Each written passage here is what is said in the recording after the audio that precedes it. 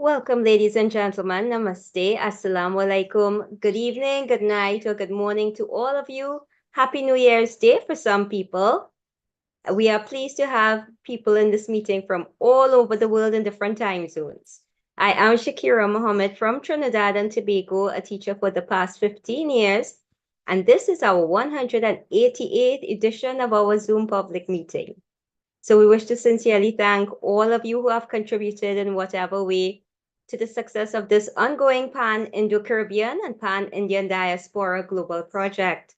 For 187 unbroken continuous weeks, we have been here every single Sunday. And in the past 3 years, 10 months, and 3 weeks, we have featured 789 presenters from all parts of the world, speaking on 187 topics. Ladies and gentlemen, this is a weekly forum being hosted by the Indo-Caribbean Cultural Center, a legally registered research and publishing company operating since 2010. And in order to continue this weekly program and to make it bigger and better, we are asking for your suggestions for volunteers as well as donations. And you can contact Dr. Kumar Mahabir for further details. So, ladies and gentlemen, again, we hereby call for the end of the war between Israel and Palestine, and we hope and pray that a similar situation would not happen right here in the Caribbean with the threat of Venezuela and Guyana. So, ladies and gentlemen, our moderator this evening or tonight is Shalama Mohammed, the co-director of this Zoom platform, who is a business teacher and researcher from Trinidad and Tobago, and she obtained her master's degree in business psychology from Franklin University in the USA. So, Shalama, welcome. Thank you so much. Assalamu alaikum. Namaste. And thank you for choosing to be here with us as we bring 2023 to a close. For some of you all, it's already 2024, and I wish you all good things and so much more. So our meeting today will take the form of a panel discussion as well as conversations with some youths. We also welcome comments and questions from members of the audience at the end. The meeting is being recorded live and will be uploaded later on YouTube permanently for posterity. We are also live streaming on the YouTube channel of the Indo-Caribbean Cultural Center. So welcome to all of you on YouTube at this time. In order to avoid intrusions from trolls, Ravin Ram Singh, our IT manager, has muted everyone. Speakers, please do not admit anyone, do not unmute anyone, and do not allow anyone to share your screen, please. Thank you for your cooperation. Over the next 2 hours, we will be talking about Tassa drumming in Trinidad and the Indian diaspora. Tassa is an ancient drum ensemble that originated in Persia, now called Iran. It journeyed to India with the Mughals in the early 16th century and was later spread globally through the Indian diaspora, reaching faraway places like Trinidad and Tobago and the other islands in the Caribbean. Tassa is played all year round, but is more widespread and is played more often in Trinidad than the steel pan, which is considered the national instrument by some people. In fact, yesterday at a senior center in Liberty Avenue, Queens, New York, the sensational rhythms of the Tassa drums had many of the seniors on their feet, and they seemed to be having quite a ball. So to tell us about the intricacies of our Tassa is ethnomusicologist Dr. Christopher Balanji. He's the director of a feature-length documentary film entitled Sweet Tassa, Music of the Indian Caribbean Diaspora. He currently teaches at the John Paul II Catholic University of Lublin in Poland. And because of his positioning in Poland at this time, he prepared a pre-recorded video, which we will share with you now. So Ravin, can we have that, please? My name is Chris Balanji. I'm originally from the United States and I now live in Lublin, Poland, in Europe. In 2007, I first started researching Tassa with Tassa drummers in Florida, in Orlando and Tampa and Miami. And then I went to Trinidad for the first time in 2007, thanks to the help of Brinsley Samaru and Kumar Mahabir. So I really appreciate their help in me starting my research so many years ago. I should say that I'm an outsider, right? I'm from the United States. I have no ethnic connections with the Caribbean or Trinidad or India, but I really am fascinated with the music. I first, of course, discovered steel pan for myself when I was a student in university, and decided to write my master's thesis on calypso, and then did my PhD research on Tassa. I should thank Lenny Kumar, Mr. Lenny Kumar of Trinidad and Tobago Sweet Tassa, who is my mentor, my teacher, and my good friend, who helped me a lot throughout all of my research.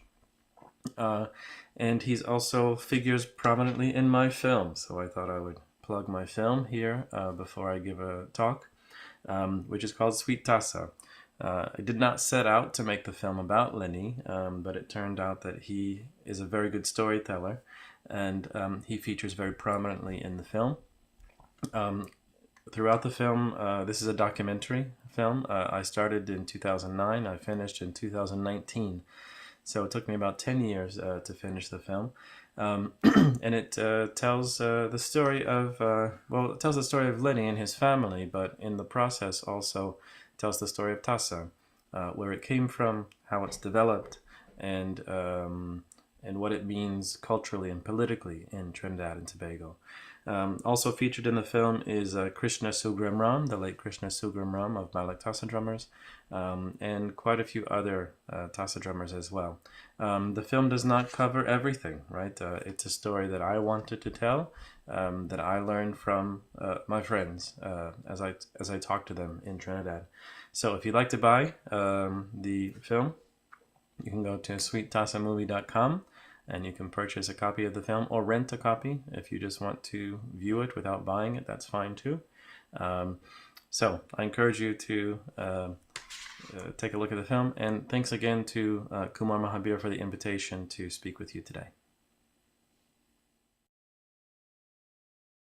Musical practice in the Indian post-indenture diaspora features a certain multi-locality. Instruments, timbres, musical structures, and performance contexts mark India as a place of origin within the multicultural, post-colonial soundscapes that characterize former sites of indenture. Yet, by virtue of their repeated performance in diaspora, these very same characteristics equally mark the diaspora as home. In this way, diasporic transformations of musical style reflect corollary transformations in Indian identity in former sites of indenture in the era of decolonization. In this talk, I give a brief overview of Dol Tasha drumming in India and in the diaspora, highlighting this music through time and across geography. The percussion ensemble, generally known in India and Pakistan as Dol Tasha, exists in various forms throughout the subcontinent and in the global Indian diaspora.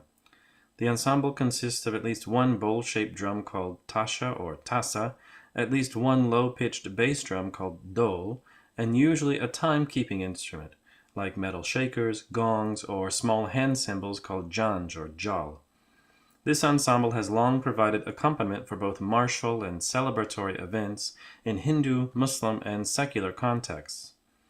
Dol Tasha today is widespread in India and Pakistan, with instrument construction, ensemble structure, and repertoire varying from place to place. The majority of bands are small and perform a range of religious and social functions, though large ensembles are common in some areas. Pune, for example, is well known for its large Dol Tassa bands that accompany processions and also participate in a formal competition as part of the festivities. In the following video clips, we'll see a small Dol Tasha band play for the Muharram observance in Uttar Pradesh, performing for a wedding in Gujarat, and another large group in Pune.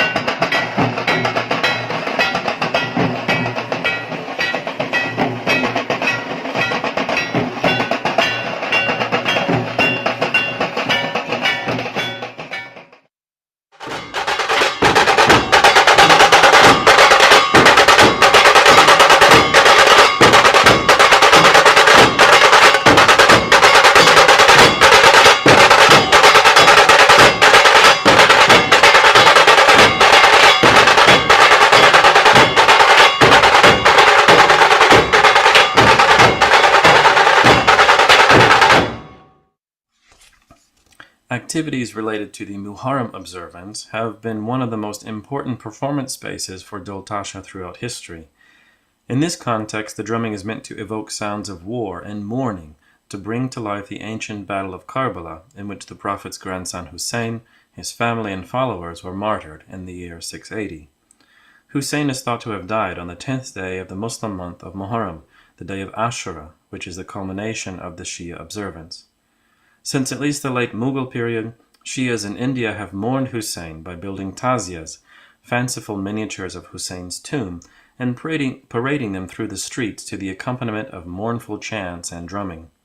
Over time, these public displays took on a carnivalesque atmosphere, with the spectacle of the event made all the more spectacular by the sound of drumming. Even as early as the 1700s, Dol Tasha had come to outposts in the Indian Ocean and beyond. In Sumatra, locals trace the importation of Dol Tasha to the 18th century arrival of Indian soldiers recruited for the British East India Company's newly built Fort Marlborough in Bengkulu. Drumming still accompanies Muharram processions there, locally called Tabawik, though bands also play for various other functions, including Muslim weddings. In a similar way, Dol Tasha also predates indentureship in Mauritius.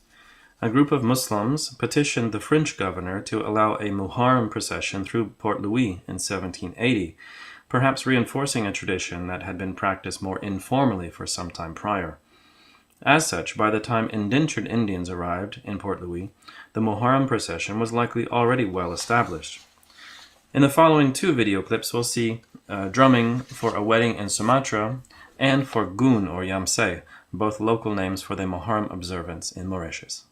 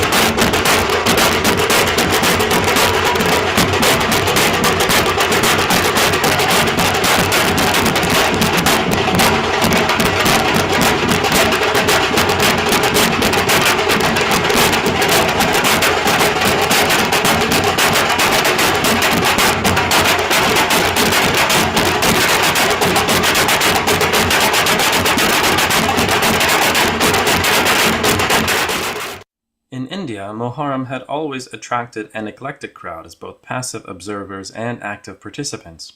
Many Hindus were involved in preparing the taziyas and other logistics. Many also were drummers. Significant Hindu participation perhaps accounts for the vibrancy of Muharram observances in the plantation colonies during the indentureship period, where Muslims were consistently in the minority. In this sense, Muharram became one of the most important annual Indian cultural events in many sites of indenture, where Hindus, Muslims, and many non-Indians participated as equals. As a space of underclass solidarity, Muharram was therefore a threat to colonial order and often suppressed, sometimes violently. In locales where Muharram activities were permitted by authorities, conservative Christians, Hindus, and Muslims, equally appalled by the observance, were very effective in causing its decline. All this to say that, whatever the cause, as the importance of Muharram faded in the indentured diaspora, so too did the performance of Dol Tasha. In India, Dol Tasha had also been used in some Hindu contexts, particularly weddings and other processional events. This association remained in some sites of indenture, even when Muharram observances disappeared. This is the case in Suriname, where Muharram is no longer observed with large public processions, yet Dol Tasha remains linked with Hindu weddings and other Hindu life cycle events. In the following clips, we'll see examples of Dol Tasha at weddings in Fiji and Suriname. For the latter, notice how the Surinamese Tassa band incorporates elements of the local brass band tradition, largely identified as an African Surinamese musical style.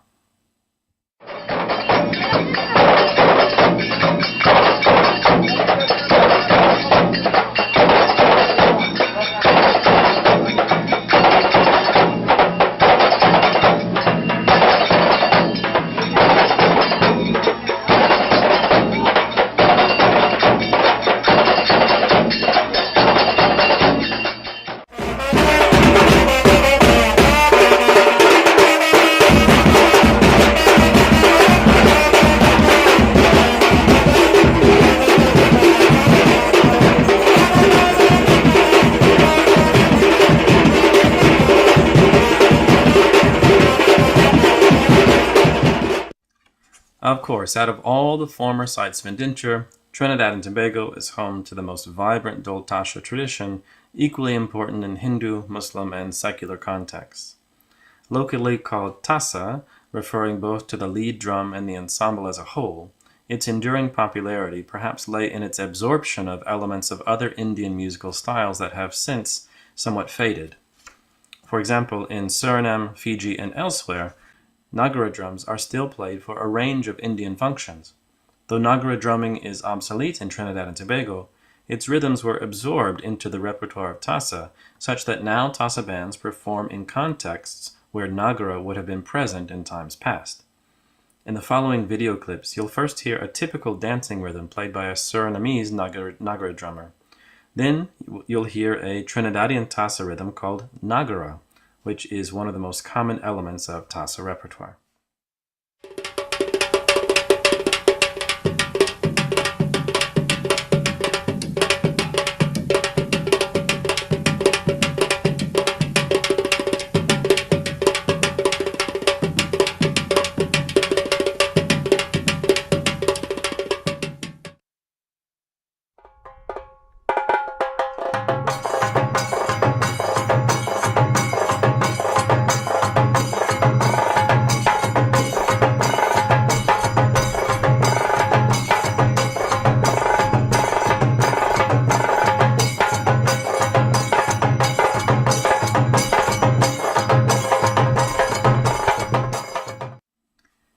Through such processes of adaptation, Tassa has become something of a default Indian drumming ensemble called upon for a range of sacred and secular events.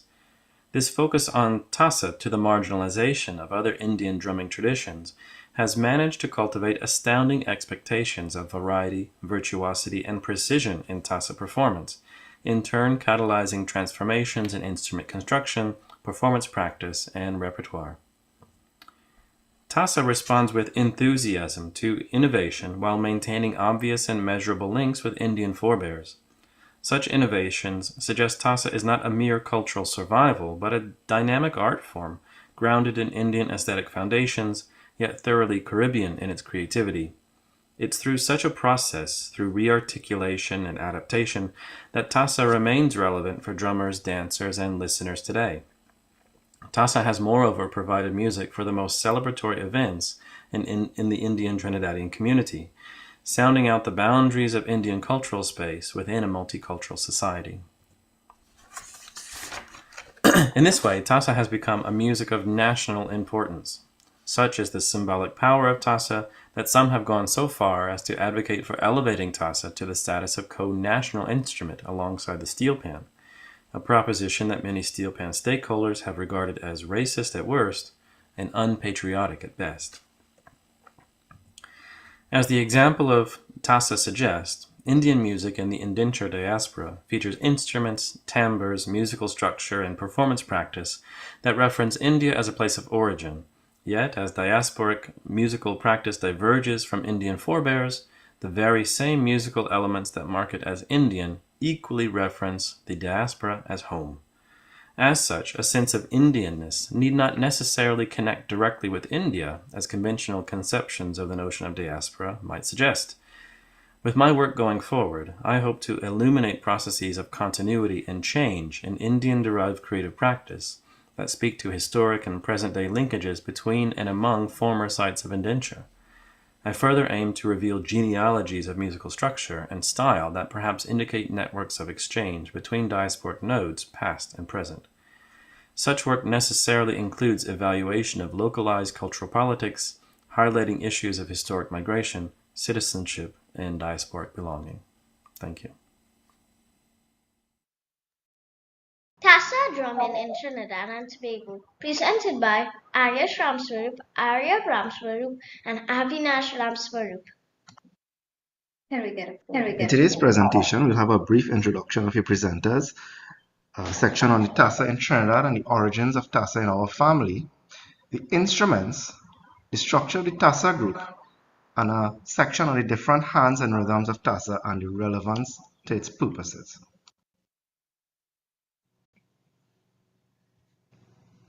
Hello, my name is Ayush Hanuman Ramswarup. I am 9 years old. I am learning to play Tassa. I attend the Orange Field in the school standard 3, and I am also learning karate and the steel pan.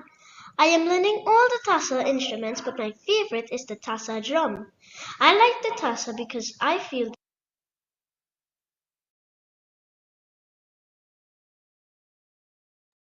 Okay, so we preempted the second presentation there, and we will come back to it. I just want to say thank you very much to Dr. Christopher Balanji. That was an excellent presentation. And today we saw the historical background of Tassa in the diaspora, really. And what was interesting to me is that the drums in Surat, Gujarat in particular, were very different from what we are accustomed to. We also see in Suriname right next door acculturation of the instruments to some extent. And it made me remember an incident in India earlier this year in which our Dragon Boys from Trinidad, our Dragon Boys Tassa group was invited to play in New Delhi. And from what we understand at the event, an entire contingent from Africa came across to the event just to hear the Dragon Boys Tassa group. And boy, did they enjoy it. So let's hear now. Thank you so much, Dr. Christopher Balanji. Excellent presentation. Let's hear now from the Trinidadians. And I want to introduce you all to Avinash Ramswarup and his sons, Ayush, 9 years old, and as you heard before, Arya, 7 years old. Avinash is an engineer by profession and has been actively involved in Tassa for over 20 years. His is a family of 4 generations of Tassa players, and I understand Tassa playing is on both sides of the family. So Ayush and Arya have also developed a passion for the drums, and they prepared a video for you, which Ravin will now share.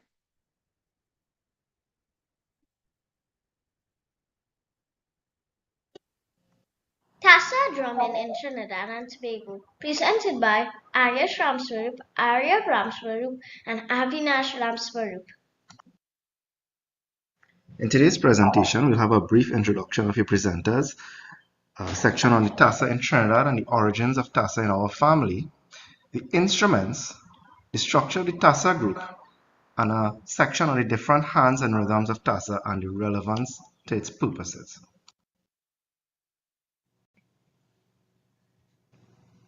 Hello, my name is Ayush Hanuman Ramswarup. I am 9 years old. I am learning to play Tassa. I attend the Orange Field in the school standard 3, and I am also learning karate and the steel pan. I am learning all the Tassa instruments, but my favorite is the Tassa drum. I like the Tassa because I feel the Tassa leads the performance and requires the most skill. My dad and my uncles used to play Tassa very often when they were younger.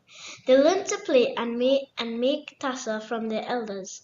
Since I was about 4 years old, I can remember playing the instruments in my grandparents' home. And that year, my little brother and I got to stand on stage and play Tassa for my uncle's wedding. Since then, everyone has been excited to teach us. I started practicing the basic strokes with my dad and my mom, Crystal Ramswarup, at home, but I like learning the most when I get to play live with my family. Since then, I love to play Tassa as a skill and art.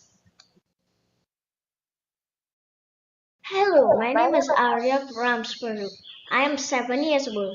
I am learning to play the jal. I am also learning the other Tassa instruments too, but when I play with my family, I mostly play the jal. I like the jal because my instrument is nice and light. That allows me to play the instrument and also enjoy the music and move more freely. I feel the child player can add a lot of energy to the performance, and I have a lot of energy. I attend the Orangefield Hindu School Standard too. I am also learning karate and the keyboard. Hello, my name is Avinash Ramsarup. Thank you to the Indo-Caribbean Cultural Center for this opportunity to present at this wonderful forum. I also thank Dr. Balanji for his wonderful research and filmmaking that gave great context and history to this topic in both its national and international context. So against the backdrop of his work, we will structure our presentation from the perspective of the Trinidadian experience, Tassa drumming and Tassa making as a cultural tradition passing through generations in the diaspora. I began playing Tassa in a formal sense over 20 years ago. However, even in younger years, myself, my brothers and cousins were practicing this art on crude instruments. Over this time, my involvement has varied based on the demands of everyday life. We are, however, very much part of an extended Tassa playing family on both my parents' sides. Trinidad and Tobago is a Tassa-loving country, and my family is a Tassa-loving family, both on my mother's side, the Ramsawaks, Kejus, Sukdeus, and on my father's side, the Ramsarups. Tassa is so prevalent in this country that we play Tassa for almost everything. Weddings, birthdays, religious observances, cultural performances, funerals, sporting events. Every major football or T20 match in Trinidad and Tobago has Tassa. The art form is truly versatile. The culture has become so adapted that Tassa has incorporated other local styles into Tassa hands, such as soca, steel pan, and calypso. Furthermore, rhythm sections and national marching bands have incorporated traditional Tassa hands into their repertoire. For at least 2 generations before me, I can find family members who actively played Tassa and have practiced the art form of traditional drum making. My father's younger brother, the late Rajnath Ramsarup, was a very talented Tassa player and was an original member of the Lakwesa Tassa group. From a young age, we would accompany him to performances. He would later take the time to patiently teach us the basics of the art form. It was only in the early 2000s, after having siblings and cousins who were able to play, that we got together and formed a family Tassa group with proper instruments. Swami Prakashananda of the Chinmaya Mission, Trinidad, gave us the name Divya Dhwani, which meant divine sound or divine thunder. The group was truly an extended family effort, even though I have featured major contributors above who were instrumental in motivating, training, and equipping us as a group. Coming from such a large family, we had no shortage of players, including myself and my brothers, Paramdev and Nived, cousins Varun Varma and Videsh Keju, Vidal and Arvind Kamal, Vinod Sukhdev, Diana and Mitra, Dinesh and Ryan Ramsarup. Needless to say, those who weren't playing an instrument were expert Tassa dancers. My mother's cousin, Mr. Deodat Ramdeen, or Uncle Deo, had learned the skill of drum making from his father. It was from him that we learned the skills to build our first bass drum. This working goat skin and hollowing out logs for drum shells was both difficult and highly skilled work that we were grateful to learn from him. He was a perfect tutor for this because, although being very versed in traditional methods, he is a firm believer in technological advancement in materials and techniques. In time to come, we were able to combine this knowledge and our own engineering and technical skills and start making our own instruments. This slide shows some historic photos of various events and venues we've played at. Starting from the top left is the Chinmaya Mission Shanti Yatra or Peace Walk, where we played on a moving vehicle leading a procession. Next to that is us performing at a family wedding. The third photo on the top row is me holding 2 cured goat skins in preparation to cover a bass drum. That will be spoken about further 2 slides down. In the bottom row, we have us playing Tassa for Swami Prakashananda of the Chinmaya Mission Trinidad and Tobago. And the final photo there is us playing Tassa for a fundraising event for the Hindu Students Council of Trinidad and Tobago. This photo shows a deconstructed bass drum. taken apart into its shell, a completed head, and the frame, the inner frame or kohori, that forms the perimeter of a finished head. This is all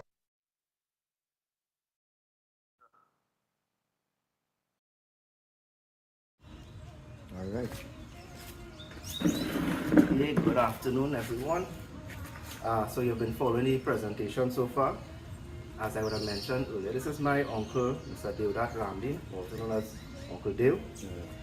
And he has actually taught us a skill that was passed in from his father, right? And that skill is the making of hand drums and bass drums. So this bass drum was actually covered by Uncle Deo some years ago. We have it deconstructed for you to see how it was put together. So the bass drum is made up of the shell and the skin, and we're going to talk about first briefly the process of preparing a skin to put onto the drum. Uncle, if you want to go through. Yeah, okay. First, when you're in the abattoir, we buy the skin, the goat skin. Well, it could be a male or a female, but the female skin always better than the male skin. But the male skin always stronger. So we stretch it out in a board there and plywood. We shave out the air with a bottle and plaster and sand. Or you could use a spoon with it on the pot with it. Yeah. Or the bottle will work better. So when we done there, when we finish, Yeah. we measure it and cut out the bamboo ring. You walk in. Yeah, you got it. So, I just straighten the camera. Yeah. soak it in the water, you cut it around, measure the bamboo and cut it. At least about 3 inches bigger than the bamboo, 4 inches. Yeah. And we started wrap the skin. We put this bigger one inside. We put the other one, the smaller one outside as a lock.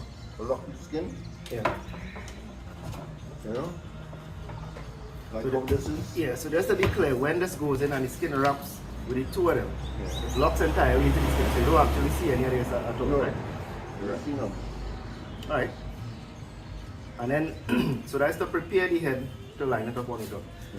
Give us a little background on the making of the masala. The making of the masala is, we have to get the rasam in the drugstore. We have to get the subcana in the drugstore. We have to get castor oil seed. And we have to burn up some white cotton or tar. Yeah. We boil, make a paste with it for the amount we have to use. And when we get half cold, then we spread it on the skin.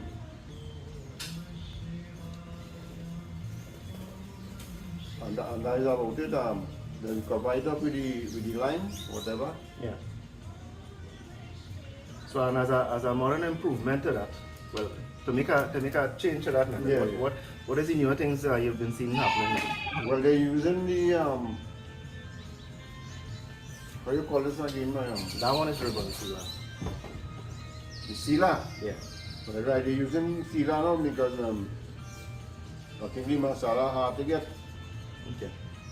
Right. So just to talk back on the presentation, the purpose of the masala is to add weight, so that when you tighten the drum, you get a longer, deeper reverb on the bass drum. Yeah. Okay, otherwise, if you tighten it, you might as well sound just like the Tassa. Yeah. And the final part of it now, the process for preparing your log. Preparing the log, okay. We get a log to make the bass, or we get a smaller log to make a hand drum. And then we start to chip the outside of the log with the axe. And when we get done shaped it, then we start to dig the inside with the hammer and chisel. And we dig it out. And that's about it. And what type of material you prefer for the log? Well, mango is the best. Mango material is the best. Mango tree is the best so far. Cedar is soft and it wobble. Okay. All right. And how have we gone ahead and improved that process now? Well, to improve the process, I make my own lathe to turn out my own drum.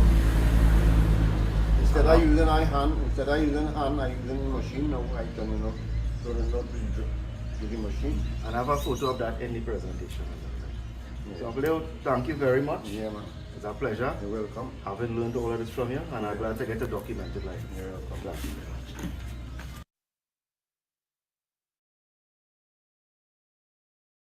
The instruments. Tassa drumming consists of 3 instruments: the tassa drum or tenor, the jazz or cymbals, and the bass drum or dole. The tassa is a single head drum originally made from a bowl-shaped clay pot or even sometimes a wooden pot. The drum head was made of goat skin and laced and tensioned onto the pot using strands made from goat or deer skin. A chaining technique would be used to increase the tension in the strands, thus forming triangular patterns on the shell. The tassa would have to be heated to reach its optimal tone. The drum would have to be reheated after 15 or 30 minutes depending on the thickness of the skin and other parameters. A tassa drum would typically be 12 to 14 inches in diameter but could be made a little bigger or smaller as needed. The producing of varying tones between the center of the head and the perimeter is essential for producing contrasting beats required in many hands. The skin was oriented symmetrically on the circular opening with the neck portion facing upwards and the tail portion facing downwards. Many drummers were known to draw intricate designs on the skin, often depicting some symbol or name of their group, etc. The original drums were played with sticks or tropes made of wild canes that were very strong, yet flexible and capable of producing the characteristic rolling sound heard in many tassa hands. The stick heads were built up, typically using hard banding to produce a clean sound when struck. The tassa shown above was our first and is 30 years old.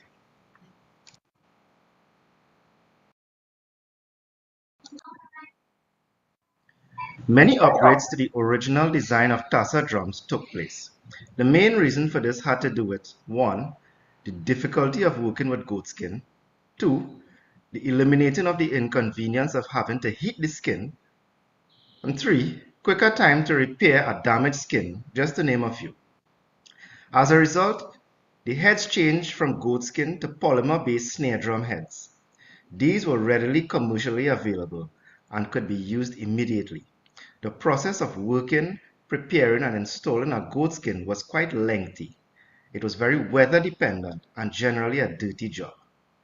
Variants emerged using polymer heads laced onto clay pots at first when modern woven Teflon cords, etc.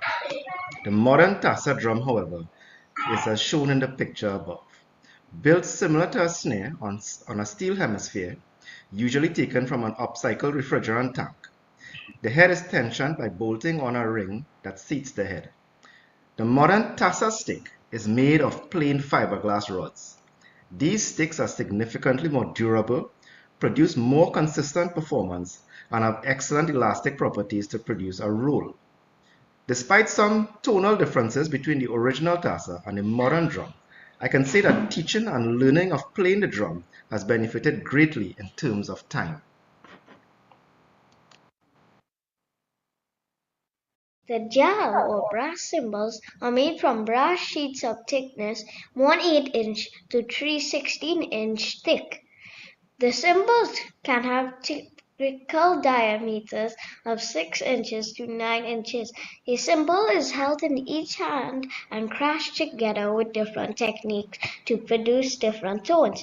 The jal has remained largely unchanged since the original designs of tassa.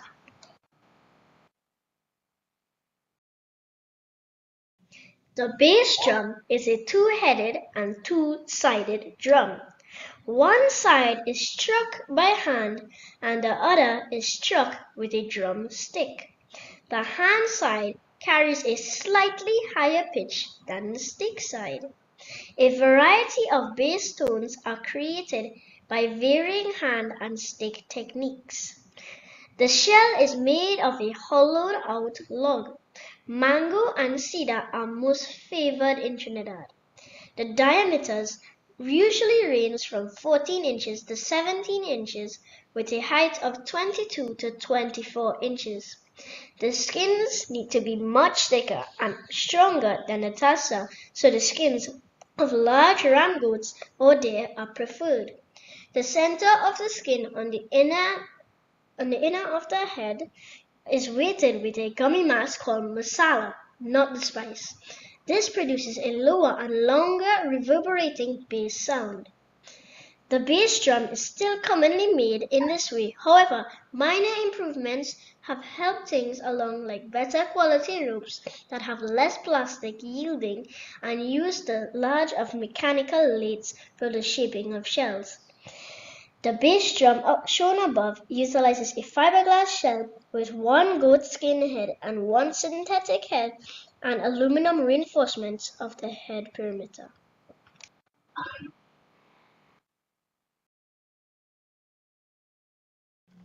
Tassa groups can be very large, especially for festivals such as Hosei and Ram Leela.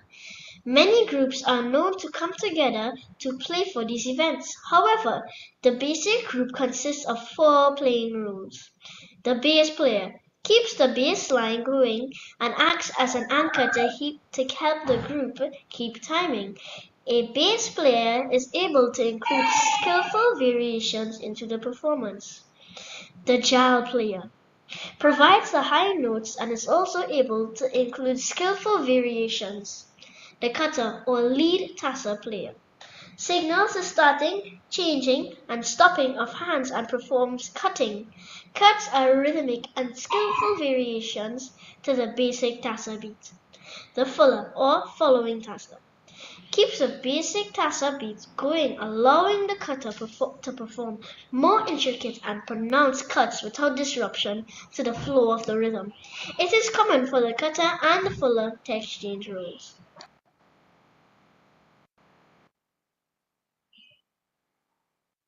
Tassa drumming has become widespread and well loved across Trinidad. Part of the reason for this is the versatility of the art. Although solely a percussion art, Tassa can adapt to many situations and events. The hands vary from the festive, for dancing and celebrating, to the somber, mournful hands, and classical hands that show the player's skills and unique technical ability. We will talk about a few of the most common traditional hands.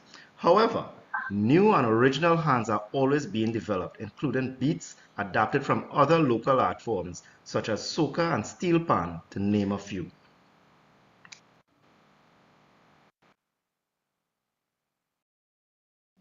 Tikora. This is a classical and highly skillful hand, characterized by intricate, fast rolling and alternating with slower, precise use of the different tones on the tassa. It is usually played first to kick off the performance. Being a classical hand, Tikora is suitable to many different performance settings. The next slide demonstrates the Tikora hand played by our uncles, the Keju brothers.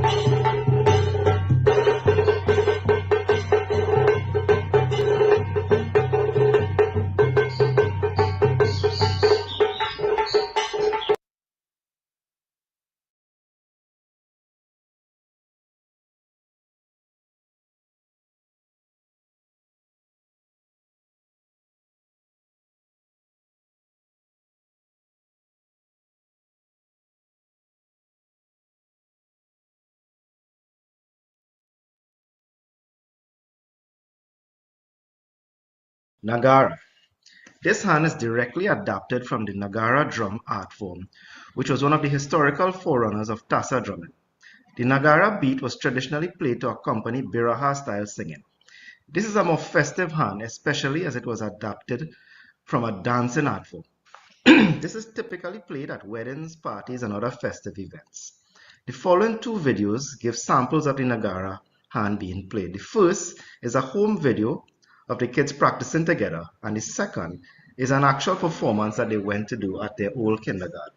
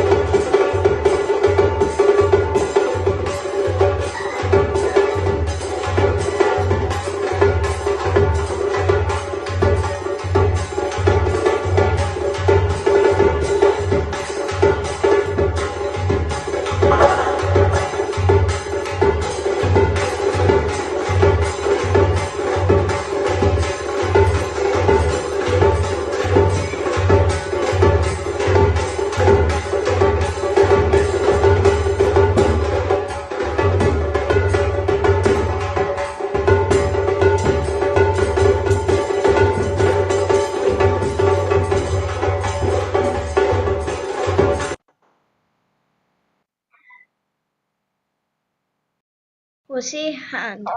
Jose is a slower pace hand geared toward a large number of players. It is a mournful hand as it marks a death. The rhythm is thunderous as it guides the Jose procession.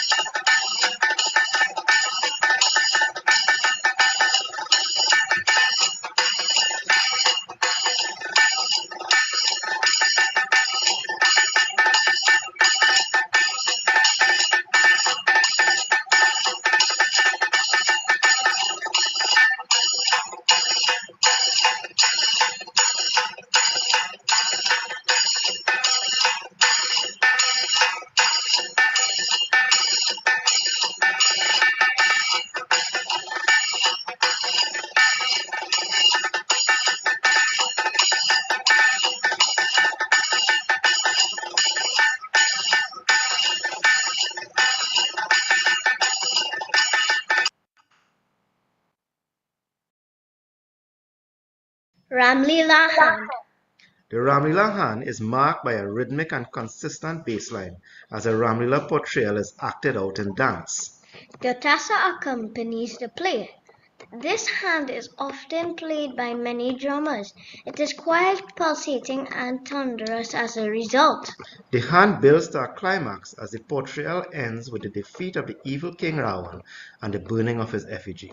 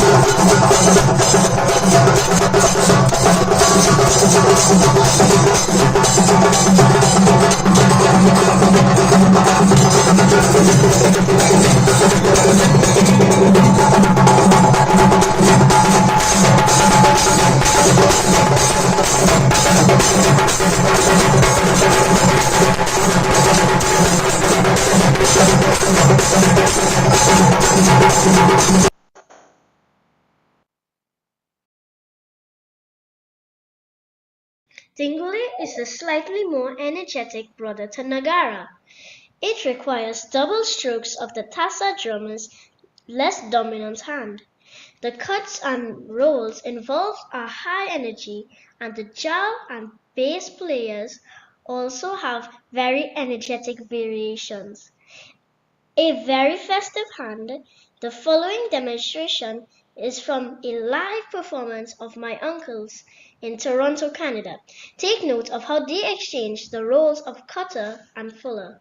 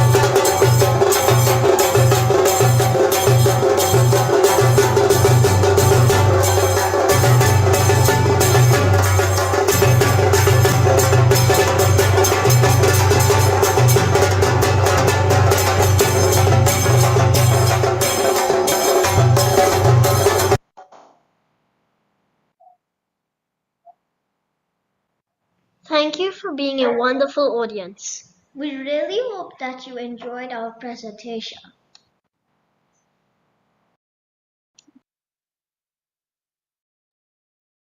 I absolutely enjoyed it. Live in person is so much better than but excellent performances. It's true, Robbie. But you know, I have to say, if we ever want the culture to continue, it must be done by the children. And it is heartwarming to see that not only are they being taught by their family members, but the children want to learn. They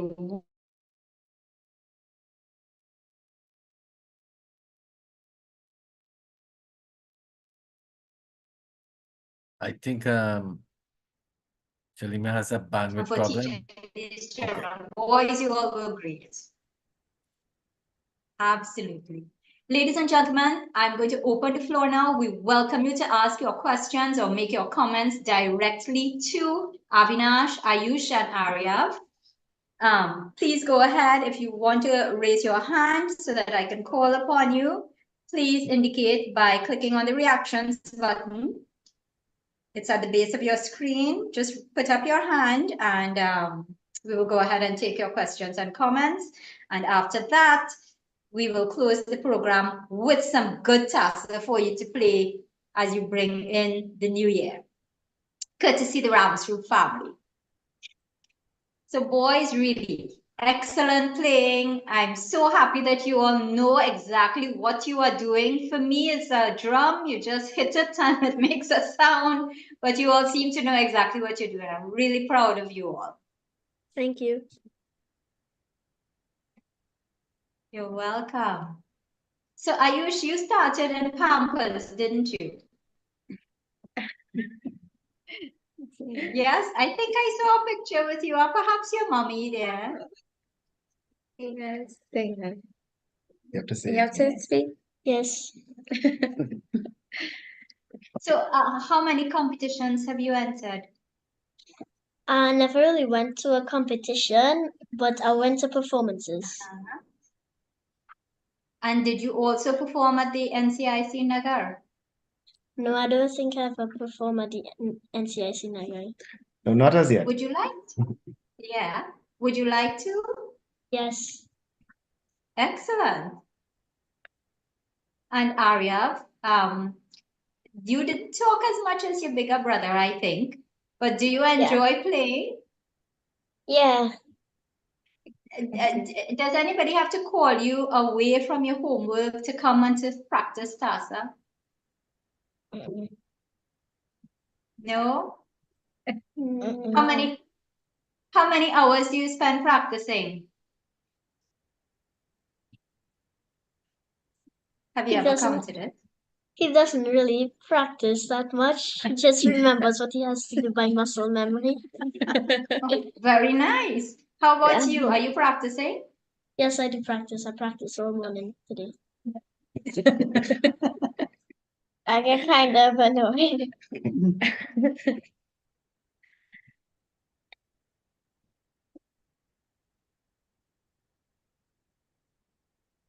Okay, I think Shalima is having bandwidth problems, it seems. So let me make a few comments. Thank you so much, Avinash and family. We have seen that you have put so much effort in producing this video for us, collective effort. And thank you very much for the sacrifice that you have made and the skills that you have put into it. I want to make a brief comment. Ruhan has asked for the final word, Shalima, so take note. And your bandwidth is going up and down or off sometimes. Anyway, so this Tassa is a remarkable instrument, remarkable. You know why? It has traveled further than India and further than Africa. It has come from Iran and then gone to India. And from India, it has come to us in Trinidad and Jamaica, Shani, because I saw Tassa in the Husi observance in Jamaica. And so this is remarkable. It's come so far. And I think it is the instrument that's traveled the furthest. Because the other British instrument and so on came just from England, just right there, just one ocean away. And it is very old, right? Very old, centuries old, right? Maybe 14th century. So it's a very old instrument, ancient, that we have been able to continue with it and revive it. So I have a couple of questions for Avinash. One is, in some of the videos that Dr. Christopher showed elsewhere, Mauritius and India and a lot of places, I see the straps for the Tassa. They had it around their waist rather than around the neck. No, but before, so I want you, if you can comment on that. But before you do, in 1984, I wrote a paper, lengthy paper. It's on the internet. The influence of the Tassa in the making of the steel band. Right? Listen to the title again. The influence of the Tassa in the making of the steel band. And I argued, and it hasn't been disputed as yet, that had it not been for the Tassa in Trinidad and Tobago, the steel pan would have never been invented. Because when you look at the common chronology, they said steel band come from tambu bamboo, which is the bamboo rods. But look at the similarities between the Tassa and the steel band, the steel pan. Both of them are around the neck, 2 sticks. You have to heat the drum head for tonal quality. And the early Tassa was made out of metal, the bowl called terrine. I have a lengthy paper on that. You can find it on the internet. And so the Tassa is closer to the steel band. By the way, we are proud of it. It's a national instrument. It's the only musical instrument created in 20th century. But there is more in common with the Tassa and the steel band than the tambu bamboo and steel band. Over to you, Avinash. Well, you gave me quite a few questions there. The first one was the wearing of where we wear the Tassa, right? And actually, I've looked at the wearing of quite a number of drums that are carried on the person. And I personally don't have an issue with wearing something around the waist. I think, however, it's how persons have become comfortable with the style. And some of the hands are played while walking. And where you set your drum is usually, it changes where you would want to wear. So a lot of times when we decide to walk out now and going for the lawa, we'll actually change the length of the cord hanging from your neck. But again, it's probably more comfortable for some people. It has to do the weight of the drum as well too. But a lot of time we spend the time upright. You would probably consider the pressure on the spine as well. But personally, it's something I've tried at home when I'm practicing, to be honest. Just strap it around my waist, and the angle of where the pot sits is the only thing I have an issue with, and I just adjust it to suit. Concerning the influence of Tassa and steel pan, well, actually, steel pan is also quite close to our hearts at home too, because Ayush is a pan player as well, and he actually performed that instrument for Christmas. So we're interested to actually read more about what you have to say on that topic, about how that history is really intertwined. Because as we would have said in ours too, there's a big mixing of how Tassa hands come about, and then we've seen classical Tassa hands go back into other percussion art forms in Trinidad. So there is a lot of overlapping taking place there. I'm not clear about a lot of the history. In fact, the part about Tassa coming from Persia is only something I've heard this year. We grew up knowing the Nagara drum playing for Biraha in our village. And I always assumed, or probably would have been told that at a young age, that really was the forerunner for the Tassa that we play now, which is just a more built out performance of the same thing. But you have the use of cymbals and bells, you have a bass drum, you have the Tassa itself being played. Okay, all right. We have a question in the chat from Maharaj. He's asking if you could please explain the no heating of the drums anymore. What went behind this, and who was the pioneer that discovered the no heating drums?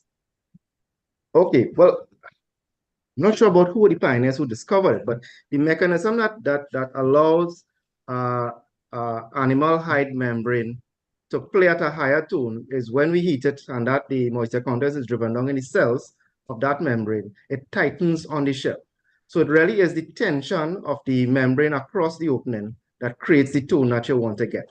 So we did that with the animal skin by warming it. But we also elevate the pitch of the bass drum by pulling the cord, right? By tightening the rings. So I suppose that we could, in theory, just like in the hand drum, tighten the membrane as well and get it. But it's a very high tension we're talking about. That's why it's achieved with many cords if we use cords, or it's achieved with nuts and bolts if we do it mechanically. But that really applies only to that organic membrane that we're using there. When we use the synthetic membranes, those can't be heated to increase tension. That is a polymer. It's fiberglass, it's Teflon, there are various materials that they use on this. Heating that is not going to really make a difference. It's probably going to damage the polymer itself. So the only means we have to actually increase the tension and get the optimal tone out of the Tassa is to tighten it mechanically. So that is where I found the difference taking place. So a goat skin can be physically tightened to increase that pitch, but that method of heating a animal hide is what we really actually inherited. Right. So heating, you only heat drums that are made with goat skin, not the synthetic drums. Correct. Okay, right. In fact, if I leave my bass drum in the sun by itself and it heats up a little bit, the tone of the membrane starts to change. Change in what way? It becomes higher pitched. It tightens the skin on the opening of the membrane. Right. Is the bass drum also made using synthetic material, the Teflon and so on? Well, we experimented with it. I haven't really seen many around. I've seen the one that I showed on the picture there. And the sound, the tonal quality that you get on the hand side is not the same as when you use the animal hide. You get a more slapping sound, which kind of ruins most of the beats. On the stick side, I found it a little more doable there. But then when you use dissimilar materials and you start pulling them against each other, you have strength issues that might crop up there. But I've gotten it to work. I find it sounds decent, but my drum is particularly large, so it takes a lot of work to tighten it and keep it going.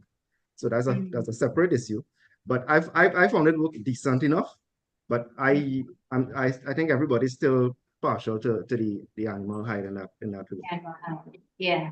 We like the old sounds, I guess. Yes. And actually, you still have to put masala in the synthetic side as well, right? Because you're not going to get the same, you're not going to replicate the tone. So it was very difficult to stick the masala in the synthetic side of that drum. Shakira was asking for that recipe again. What is that masala? Well, actually, I've found two. So that's Uncle Dave's recipe handed from his father, right? I found that the more people you ask, the more different things you come up with. So people put roofing, how do you call it, mastic cement using roofing. People use crushed up beetles. I found quite a number of things being used, but I think really mechanically what it has to do is it has to stay. The problem with masala is that over the lifetime of the drum, it dries out. So the oils that they use to keep it brittle, they keep it pliable, because the drum is vibrating all the time. If it dries out, it's going to break and fall out on the inside of the drum. And I'm sure anybody who's ever had to deal with a dolak or any drum that has masala on the inside, as long as that is drying out, it's not going to last. You have to break the drum back down and put it back in. So anything that stays pliable for the longest period of time, and you have the weights worked out properly. So I've done a lot of experimenting with that. If you have the weights worked out properly, the diameters of it worked out properly with the size of drum you have, nobody has ever noticed the difference. Nobody could actually guess what it is we've been using. I've not found that anybody could actually tell the difference. Okay, great. Thanks for sharing that. Dwayne Murillo from Belize has a question for you. Dwayne, go ahead and unmute, please. Dwayne? Yeah, yes. Sitaram, Namaste, Assalamu alaikum. Yes, to Mr. Avinash, it would be really good if he and his team could come here to Belize to teach us. Because it is needed. We don't have that here in Belize. We've lost a lot. So, and the Tassa drumming is one of it. I personally tried making one, and it did not come out the way how it's supposed to be or sound. Right. Well, we would love to visit places that we've actually I have a brother who's migrated and he's in Canada. He's playing Tassa there. And we've had to travel in the past to play, but for family engagements, moving with a Tassa is difficult. It's probably easier to make one on site. Having to travel and explain what that is a whole different issue. So I have one question again, if I may be permitted, Shalima. Sure. So you mentioned all the disadvantages of the drumhead made out of goat skin or deer skin. That it could break, you have to heat it and all of that, and you have to buy the goat and things. It's easier to get synthetic skin, plastic. But there must be some advantages in still having the goat skin and deer skin. And I understand you have to get a male goat or something like that. Can you explain? Okay, so the male goat one really had to do with the bass drum in particular. The thing about how a goat's hide is made of, along the axis that is from the neck to the tail, the skin is actually much stronger and has more tensile strength in that direction. And across the belly, it stretches more. So the mark of a good drum maker is somebody who accounts for that, balances it out, and then the skin sits symmetrically around the entire drum. Because of that differences in strength properties across the skin, goat skin has different tonal qualities as you go around, and how you when I had my goat skin, I still have it. My goat skin Tassa, it's like a personal relationship you have with that particular drum. You know how long your drum takes to heat up. You know what different tones you get, top, bottom, left, right. And your skill is actually very personal to that drum, as opposed to the polymer skin, where we have less variety in the type of notes you get from a single drum. So yes, there's a difference in the tonal output that you get. And I know a lot of people simply are purists, and they say, yes, there's a difference in the type of pot you use, the depth of the pot, the diameter. You can make a very large drum, but it's going to be very difficult to get the tension on. So all these things factor into the type of sound you get from the Tassa. And we've actually played with most of these variables already. So I have really found that some of the most beautiful Tassas I've ever heard play that were well made were on a clay pot with goat skin. But having grown up and having to sit down and light newspapers to practice Tassa, by the time you light that fire, people done fed up with smoke in the place, and you're smelling like smoke. And it takes that much time. As opposed to, I look at my son, he's like, Dad, I have this idea. And it just hits him here, and he runs downstairs and he tries it out. Okay, no, not sounding good. Go back up. Sometimes I remember having that same thought when I was his age. And by the time I get the Tassa out, I forget what I wanted to try. So the learning curve, it has helped the learning curve a lot to have this. So that was what I meant was an advantage. But in terms of, I'm one of those who will probably agree that tonal quality, it's very different using a goat skin. Thanks for that clarification, Avinash. I know Uncle Dave had said something like that in your recording with him. Yes. So thanks for sharing that. We have Rohan from Florida who wants to make a comment now. Rohan, go ahead and unmute, please. Can everybody hear me? Yes. Yes. Okay, sorry, I have some issues with my video, so that's why I can't run it. So my name is Rohan Abraham. I am from Tampa, Florida, and my background, my parents are actually from India, but I would say that I am probably the first East Indian background, even though I'm born and raised in the US, to be a part of a Indo-Trinidadian Tassa band. And I am a Jal player, and I also do a little bit of foulaying and a little bit of bass here and there, but mostly Jal. I just wanted to point something out. So I know Dr. Belangi. Actually, I know him very well. In fact, we're pretty much part of the same Tassa group. I'm part of the Trinidad and Tobago Sweet Tassa group. We have a franchise here in Tampa, Florida. It's an extension of our Ustad Lenny Kumar's band. And we've been doing a lot of research and stuff over the years about Tassa, and even Lenny has a treasure trove of rare information. He hasn't released yet. It'll eventually come out in the future. But one thing I did want to point out, though, when we talk about cultural identity, music for the Jahaji Desis, as we call it, the Indians, a lot of us, we consider the Indo-Trinidadian and Guyanese community, as well as the other diaspora communities, as frozen Indians, because what you all are continuing is, let's say the majority of Indian background is the Bhojpuri culture of Uttar Pradesh and Bihar. in Trinidad and Guyana, particularly. And as part of that is different art forms like Biraha singing, Nagara, and then obviously Tassa and everything like that. So there was a lot of controversy lately about whether Tassa should be a national instrument of Trinidad. And Kumar Lenny, he had they had interviewed him about it, and I think it was under the Guardian, and he was saying that it cannot be a national instrument because it is not indigenous to the island, you know.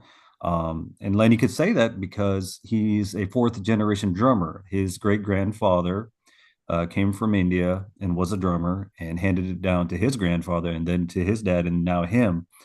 So it's just like saying, oh, then, if that's the case, let's make the Dolak a national instrument. Let's make the tabla a national instrument, the sarangi, the sitar, all these things, other instruments that were brought to Trinidad, right? you know. So there was a lot of uproar about that because I think Dr. Vijay Ramlal Rai, the president of the Trinidad Tobago Tassa Association, was pushing for that, and this article came out. So I think we all can agree, especially based on what we saw from Dr. Balenji's video, video evidences from different parts of India that we know where it's from. We know how the repertoire and we know how the techniques and the mechanisms to what it is today originates. It's a part in that, obviously now Trinidad has its own style, but it still retains much of the rhythms and beats and everything like that from back in the day. So it's fair to say that at least the majority of people here can be on the same side to, agree that that is the case. It is just like another Indian instrument. It is part of the Indian culture identity of the diaspora. So I just wanted to point that out. I'm sure you all might have heard wind about that, but as educated as you all are here, we've talked about the steel pen and everything like that. We know that Tassa has a ancient history, and it's one of those things to where it continues to flourish, as we could see with the Mr. Avinash's kids picking it up, which is so beautiful to see, continuing the traditions and stuff like that. But as a member of the band and as an outsider insider, I call myself an outsider insider because I'm not from Trinidad. I'm from the US, but my parents are from India, and I've seen the drum all over India from the north to the south. It is it took on an Indo-diasporic identity of its own, at least in Trinidad. So just something I wanted to throw out. Thank you so much, Rohan. Avinash, would you like to comment? Well, I mean, I think that was his view on a comment on it, and I know I only became recently aware that that was a bit of a debate, but it was not a debate that I was kind of having in my head. Again, it hadn't occurred to me that Tassa should be made a national instrument for any of those, for any specific reason. I knew it existed outside of Trinidad. I know that perhaps what is unique about Trinidad is that our style, the way we play Tassa is probably different than other places. And I'm not sure what makes something qualify as a national instrument. So I take his point. And again, Pan is very close to us in our home as well, right? We play national anthem on it. We trying to play bhajans and stuff on it. And I don't know that I have a strong position that it should be made the national instrument, but I'm open to hear more about why that should be the case. Okay, so Dr. Mahavir. What do you want me to talk about? Please respond to Rohan. His contention that we are frozen Indians because we continue to play the Tassa that we inherited, so to speak. Right. So Tassa cannot be the national instrument of Trinidad and Tobago. It was not invented here. We have modifications. We have imbibed it. We have created our own hands like the calypso and so on. And it's widespread, as we have seen in the video. Fiji, Mauritius, Jamaica, Shani, Chan Gupta here from Fiji. It's everywhere. But respect to, if you want to compare it to pan, it's more popular than pan. Because pan is really played mainly during Carnival. And had it not been government support over the decades, pan would have died and rotted. But Tassa is played every time, every Sunday, birthdays, funeral, wedding, or every event. And especially during political campaigns to herald the arrival of the political leader or somebody like that. It's played year round, but it's not given the funding that it deserves. That people like you, Avinash, should have been getting some money because you incur a lot of expense to travel, to make the instruments and so on. So it should be given more funding, more recognition, but certainly not demarcated as a national instrument. But I would like to hear from Avinash, where do you see Tassa going from here? I was just thinking a few minutes ago, has it been played in a Bollywood movie or something like that? I think we probably have it in BIM, one of the early local movies. But it has to go, it has a lot of places to go, I'm sure.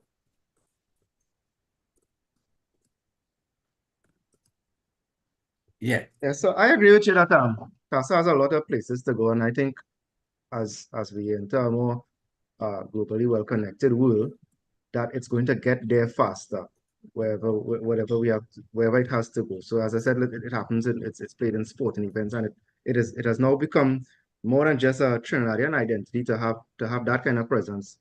It has gone beyond that to be part of a West Indian identity, that this is something you hear when sporting events are playing. I think that is one avenue in which Tassa is going to go much further. People from Trinidad have migrated all over the world, and they have not lost that love for playing Tassa or for enjoying Tassa. So wherever that goes, that infection is going to spread because this thing is catchy. This thing is enjoyable. We have a guy who just, Rohan is his name. He is somebody who was not directly connected to this art form, and now he's playing and he's connected to Lenny Kumar. I think we were speaking earlier before the forum.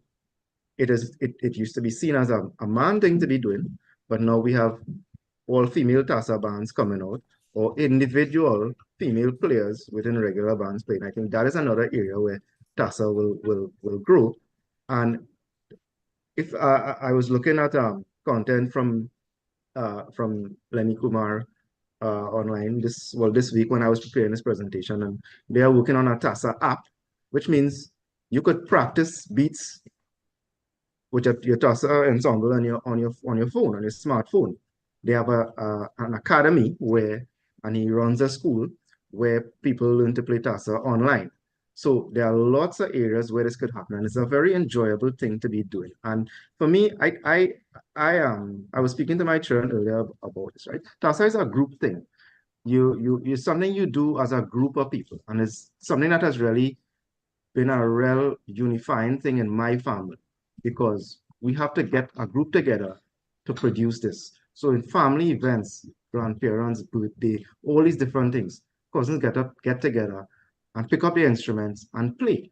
And when you always have this type of community, when you're playing a Tassa group, a type of communication is developed between the players. You can have a conversation with somebody without using words because they can't speak and they will hear you. But you will, in your performance, we will be signaling each other and communicating how we're doing things. And all these little things, I think, contribute in some way that people build stronger relationships. And that's why I thought Tassa was such a powerful thing in my family, right? So that, I think that's about all I could say. I've gone in quite a number of directions of what I think, where Tassa adds value and where I think it could actually go.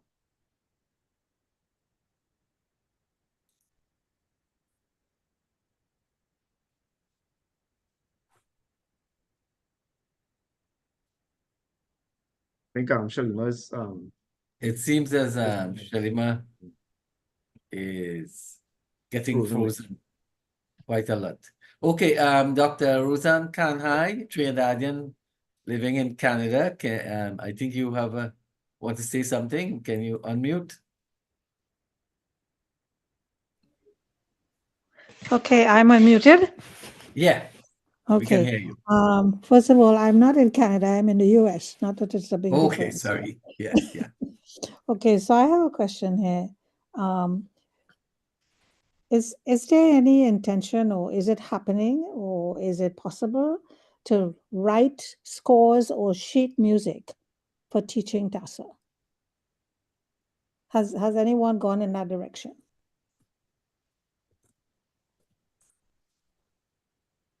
Yeah, So actually, that is well outside of my skill set. I don't know if there's anybody in the in attendance who can answer that. Yeah. Can you all hear me? Yes, Yeah. we can hear you well. I believe Lenny does have sheet music for Tassa Hands. I believe that was released, I think, I don't know, a couple of years ago. I have to ask him. This was done in Trinidad, but I believe there is actually sheet music available for the basic Tassa Hands. He was able to compose it. Him and I believe worked with Dr. Belangi on that. So I believe it is available out there. If you want to leave your info, or I don't know if you can message me directly or leave your email, I can try to organize to get that for you if you are interested. Okay, thank you. Thank you. Sure. I will get in touch with you. Sure.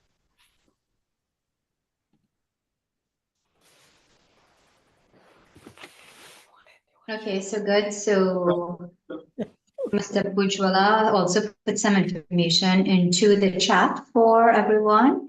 I think it's about time. Okay, Robin, Dr. Mahabir is sending you something now. Let me just come back to this. Right, so yeah. Dr. Kanhai, Yeah. I'm hearing two voices. I'm not too sure who's speaking. Are you back on mute? Yes.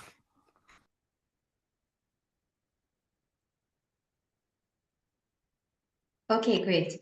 So at this point in time, I think Avinash, you've answered as many questions as we have at this point in time. I'm not too sure if the YouTube audience has questions, but I'm sure when you look at it on YouTube, you will see their comments and you're free to respond to them at some point in time. So we had a number of comments in the chat.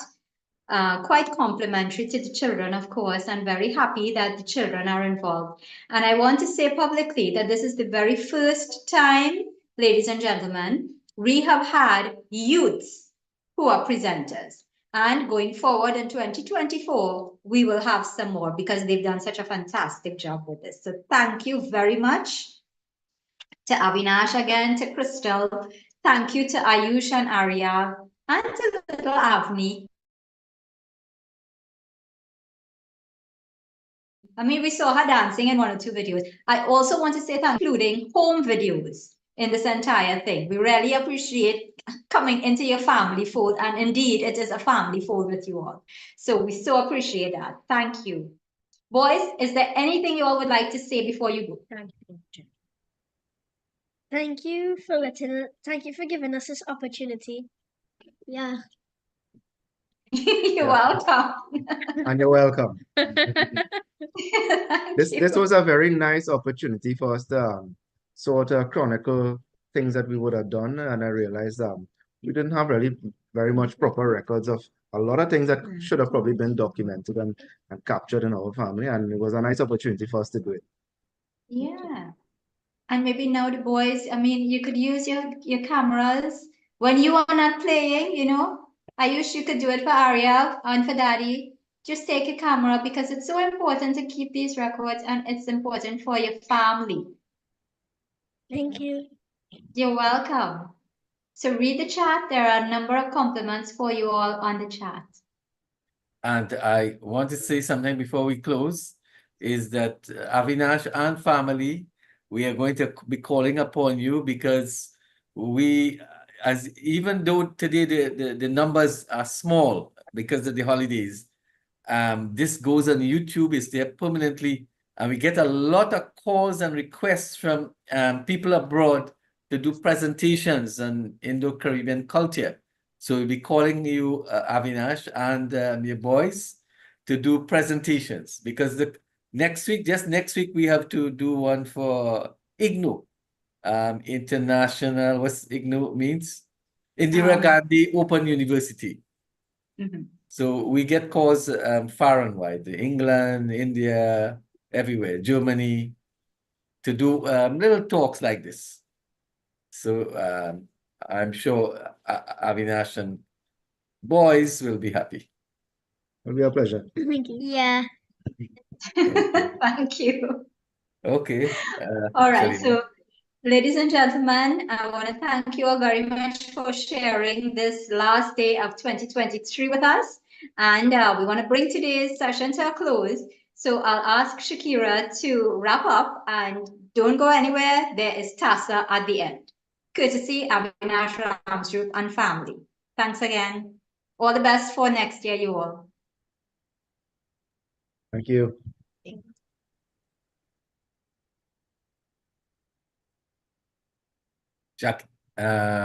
Shakira. Yeah. Can't unmute. Okay. Now I can unmute. Thank you. And we want to thank everyone for taking the time to attend and to participate. And as we've said earlier, this public meeting is being hosted by the Indo-Caribbean Cultural Center, and you can feel free to contact the ICC to publish your books and your reports. And remember that we are asking you to kindly give us your suggestions, become volunteers, as well as donate, and you can contact Dr. Mahabir for details. We want to thank our advisory and planning team, led by Dr. Kumar Mahabir behind the scenes, and our IT manager, Ravin Ramsingh, who has been recording the program and will upload it to our website and to YouTube permanently for posterity, and also to Miriam Mohammed for producing our TikTok videos. Our topic next Sunday will be the continuation of our series on conversations with Indian elders, which is always incredibly popular. So please visit our YouTube channel to see all our past recordings. I am Shakira Mohammed saying goodbye. May God bless you all. Dhanyavad.